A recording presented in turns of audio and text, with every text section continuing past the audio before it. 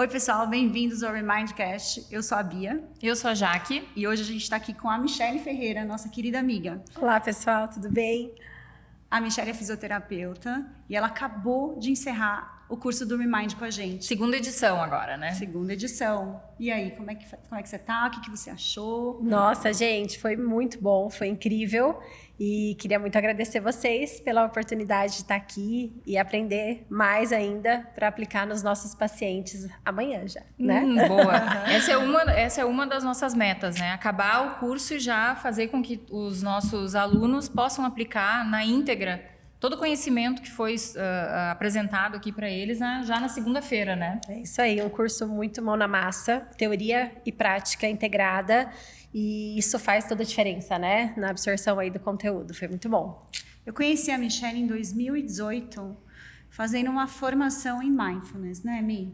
Ela estava terminando a formação dela. Isso. E ela tinha que fazer como se fosse um curso, Isso. né? Um treinamento. E eu fui uma das pessoas que primeiramente me voluntariei para estar lá acompanhando. E desde então, ela veio desenvolvendo um trabalho incrível com a prática de Mindfulness nos pacientes portadores de dores crônicas. Conta um pouquinho pra gente, como é que tá sendo isso? É verdade, a nossa relação aí, né, Bia, já faz uns bons anos e foi muito interessante esse processo, né? Eu busquei o Mindfulness como uma ferramenta terapêutica para adicionar dentro da minha prática clínica com os meus pacientes e, no fim, uma das pessoas mais beneficiadas desse processo fui eu mesma, né? Então, eu vivenciei na prática a questão de que eu tinha, de fato, uma dor crônica no pescoço e durante a minha formação eu senti, assim, os benefícios desse processo em mim e isso me motivou muito a levar para os meus pacientes esse processo. E aí, aos poucos, né, eu fui desenvolvendo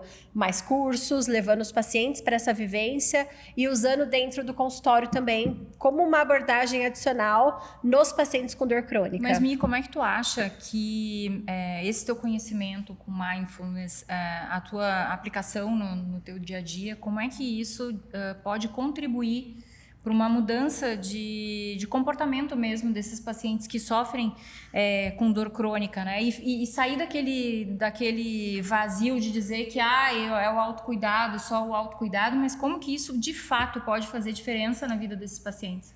Acho que você tocou um ponto essencial, né? Hoje, bom, primeiro que a gente sabe que o paciente com dor crônica, ele já não está mais baseado naquele modelo biomédico, físico, estrutural. E era essa a minha dor. Como fisioterapeuta, eu senti a necessidade de abordar o meu paciente além do físico.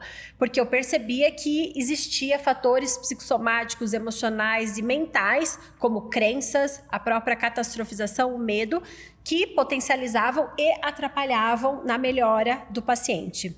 E aí a gente escuta muito por aí o estresse, né? A sua dor é porque você está estressado. E o que a maioria das pessoas fazem quando elas recebem esse tipo de informação? Ficam mais estressadas ainda. Porque alguém conduz esse povo? Não, Ninguém. Se vira. Ou seja, as pessoas não sabem ser conduzidas para modular o próprio estresse. E aí joga a responsabilidade para a própria pessoa e diz assim, você tem que se cuidar. Tu tem que ficar mais calmo. Você tem que se cuidar e ficar mais calmo. E você tem que ter autocuidado. O teu estresse é o trabalho? Faça o quê? Peço demissão? Sabe? Muda de emprego assim? Não é tão simples assim. É exatamente esse ponto. E aí eu entendi, descobri isso no meu dia a dia. Como é importante, primeiro, a gente mostrar para o paciente o quanto o estresse está relacionado com a dor dele e assim como conduzir esse processo, com medidas, né, com maneiras de você trabalhar isso nele para que ele tenha um norte. Senão, o que acontece? Ou o paciente vai dizer, não, é só estresse, eu não vou me cuidar, ou ele vai ficar pé da vida, como a gente falou, e vai continuar com a dor, enfim.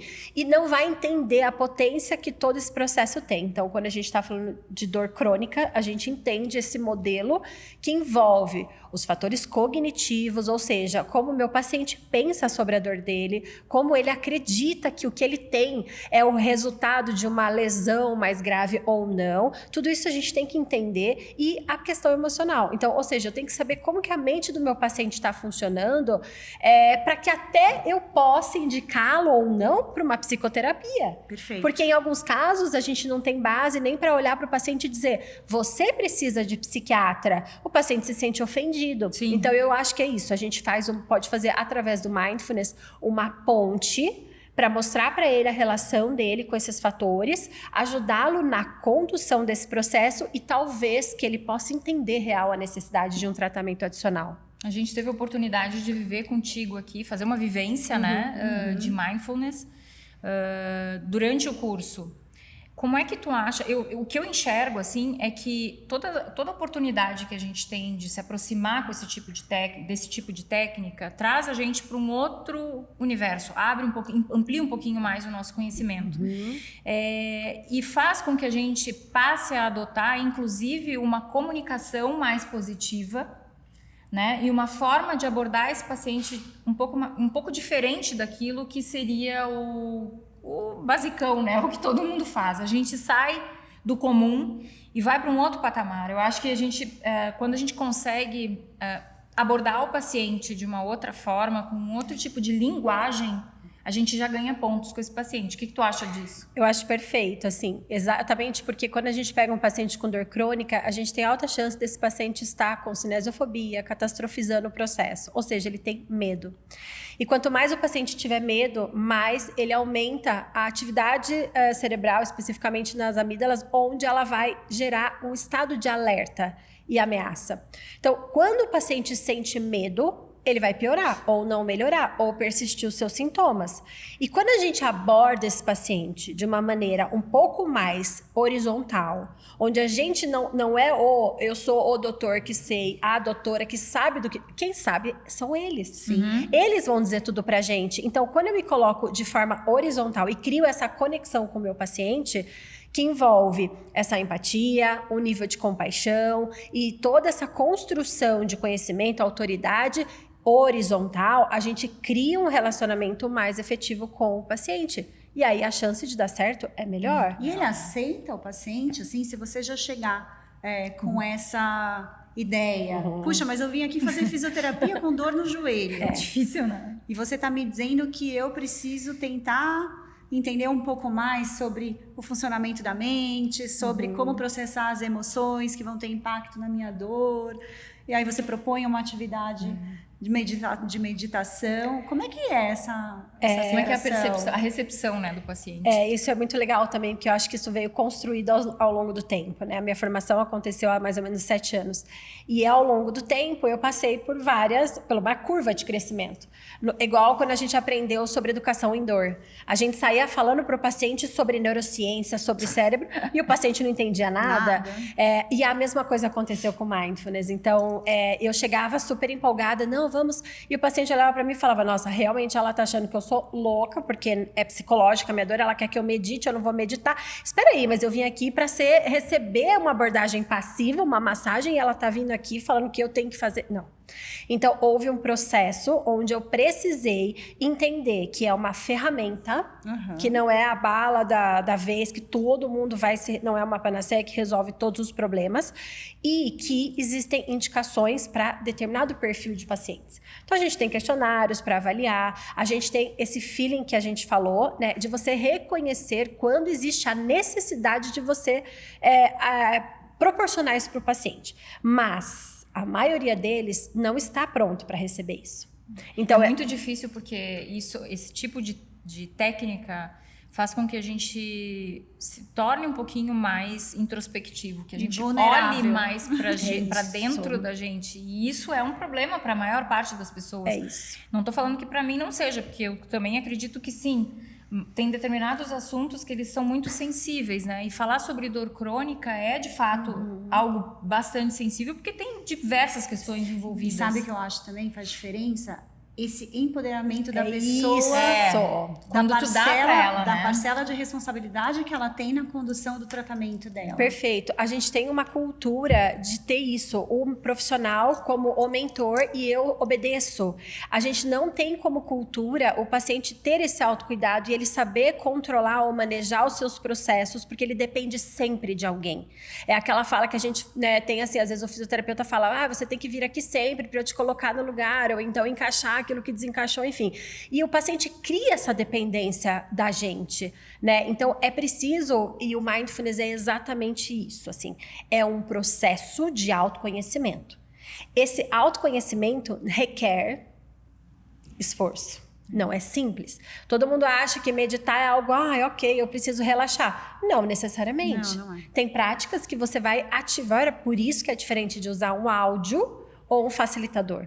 Porque muitas vezes você pode desenvolver uma sensação específica ou se desequilibrar até mesmo emocionalmente e alguém tem que dar esse suporte para você ali. E aí o facilitador entra no processo. Então, é um processo de autoconhecimento que gera essa liberdade, essa autonomia no processo. Então, essa é a experiência que eu tive na minha vida profissional, que o paciente que compra, que se autoconhece, desenvolve esse nível de consciência corporal, ele começa a manejar melhor o seu estresse e os seus sintomas, e ele tem alta.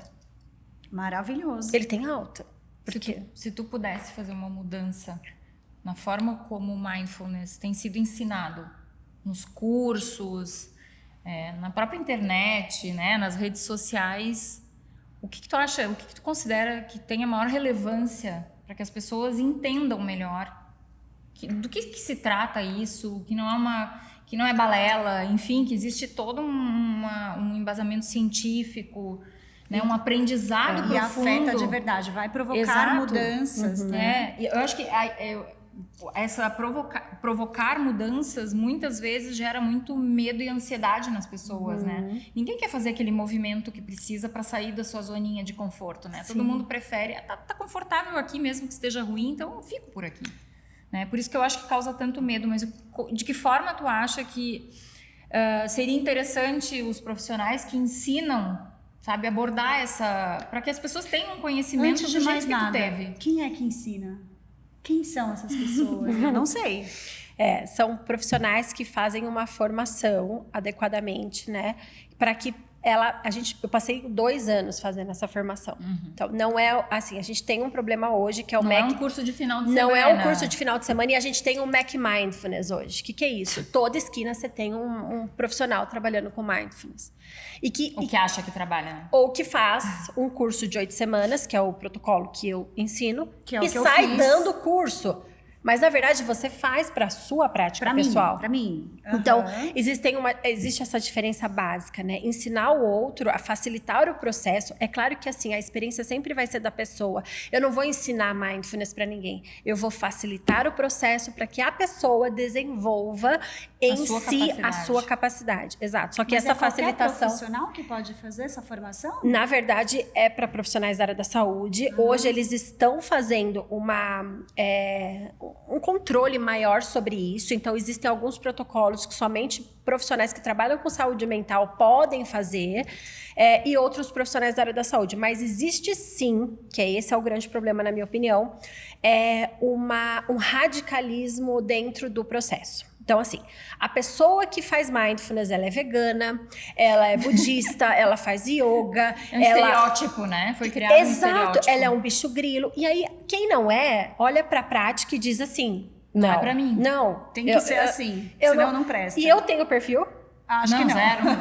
Porque a gente colocou na cultura de pessoas que têm esse perfil. Então, assim, não existe isso. Eu não preciso ser uma pessoa zen, calma, pra ser mindful. Tu nem é. Eu não sou, entende? E porque não precisa... Porque a ideia é justamente você colocar os benefícios disso na vida. Porque se for para ir pro pico da montanha, ficar lá meditando zen, todo mundo vai ser calmo. O negócio é você aprender a gerenciar a sua vida diante do rolê bagunçado, entendeu? Do ambiente que tu vive, né? Senão não adianta nada.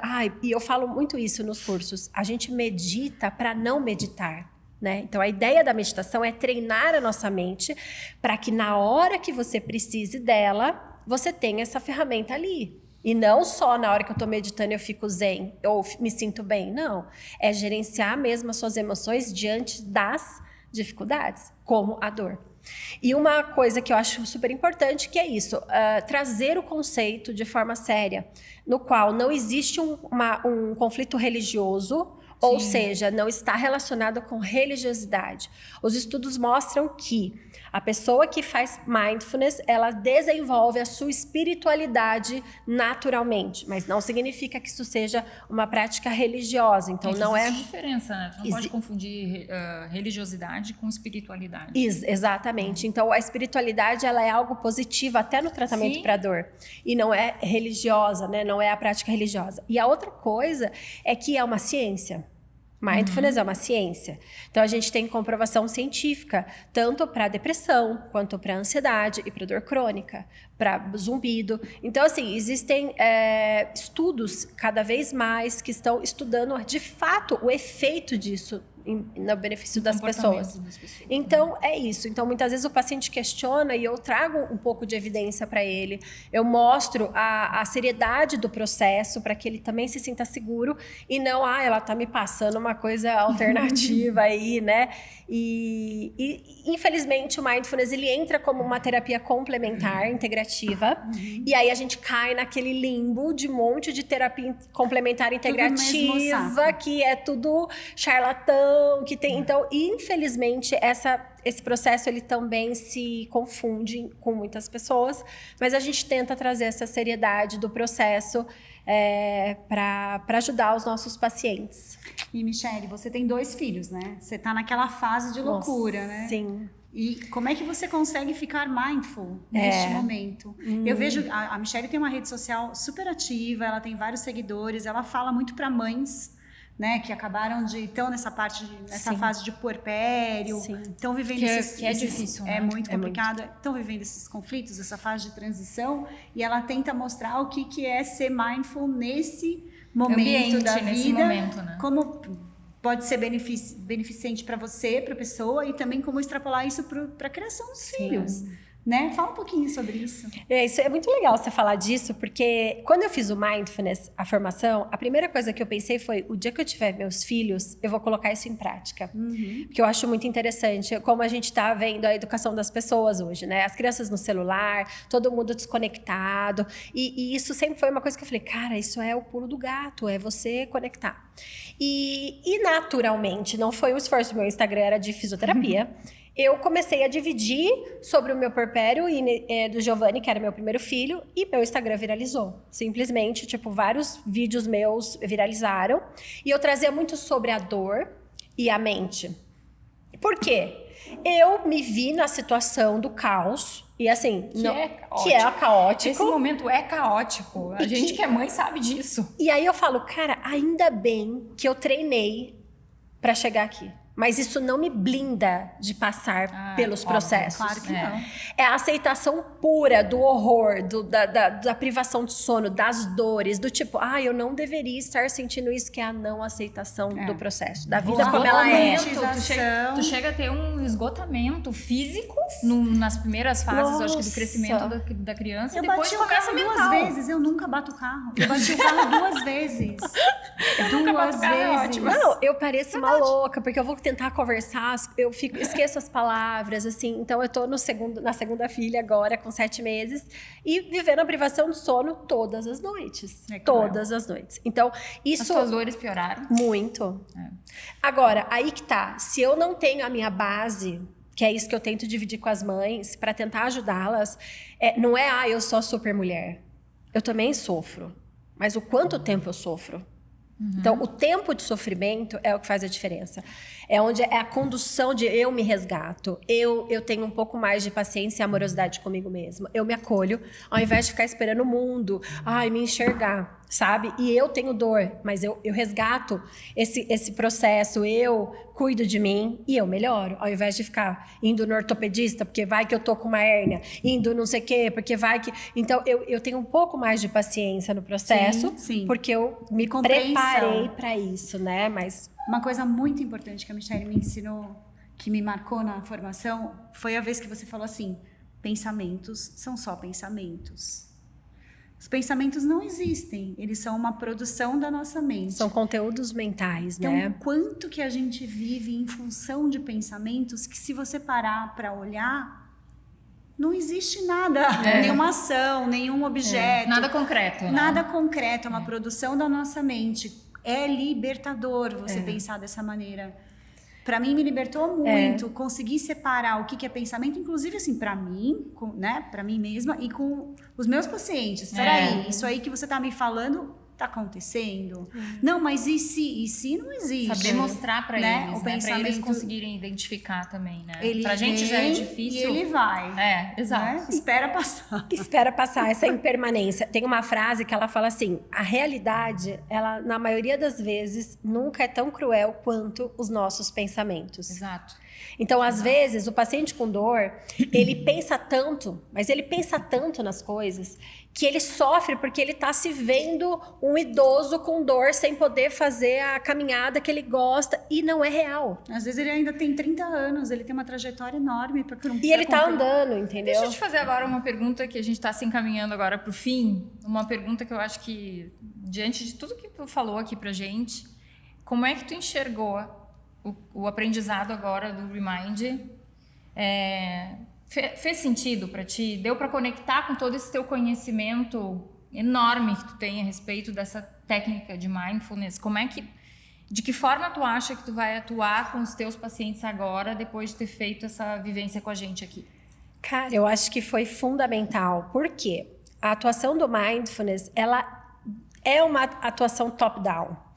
E a gente sabe que o músculo tenso, ele sensibiliza tudo. Então, quando eu entendo, claro, todos os componentes que a gente falou no curso, mas, por exemplo, quando eu abordo o segmento, quando eu abordo a periferia, quando eu toco nesse músculo e alivio essa tensão, eu também envio uma informação de aferência do tipo, positiva. Tá tudo bem. Positiva. Tá tudo bem. O paciente, ele recebe isso inconscientemente. O cérebro dele sai desse estado de alerta e ameaça quando eu relaxo o músculo.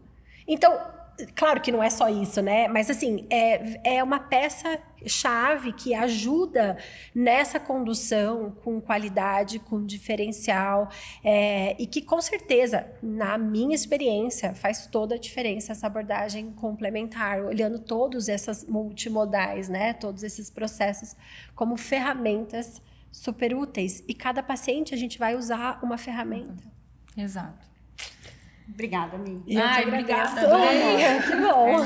Obrigada por tudo. Eu que agradeço, foi muito bom. Super recomendo. Espero que todo mundo tenha gostado.